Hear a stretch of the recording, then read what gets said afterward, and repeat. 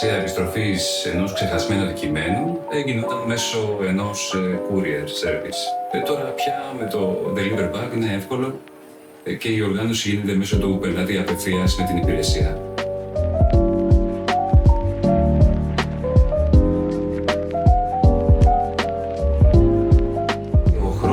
Ο οποίος έπαιρνε να συνοηθούμε με τον πελάτη ο οποίος είχε ξεχάσει κάτι ήταν πάρα πολύς.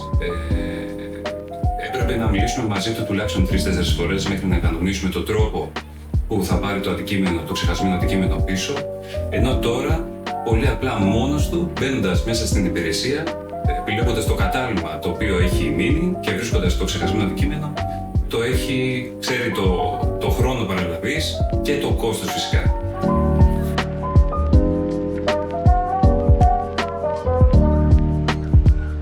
Χαρακτηριστικά είχα έναν πελάτη ο οποίος είχε άσχημο παρελθόν. Προφανώς είχε ξεχάσει κάτι το οποίο δεν το είχε πάρει ποτέ ή τον είχαν υπερχρεώσει, δεν θυμάμαι. Ο οποίος του είχε κάνει τρομερή εντύπωση το Delivery Bag, το πόσο εύκολο ήταν να πάρει πίσω το αντικείμενό του. Αυτό θα πω σαν παράδειγμα, γιατί μου είχε κάνει και εμένα εντύπωση. Και ξέρετε κάτι, είναι πολύ σημαντικό.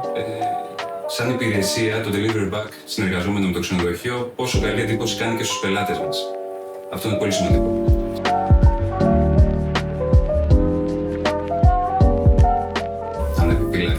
Γιατί είναι μια εύκριστη και εύκολη υπηρεσία.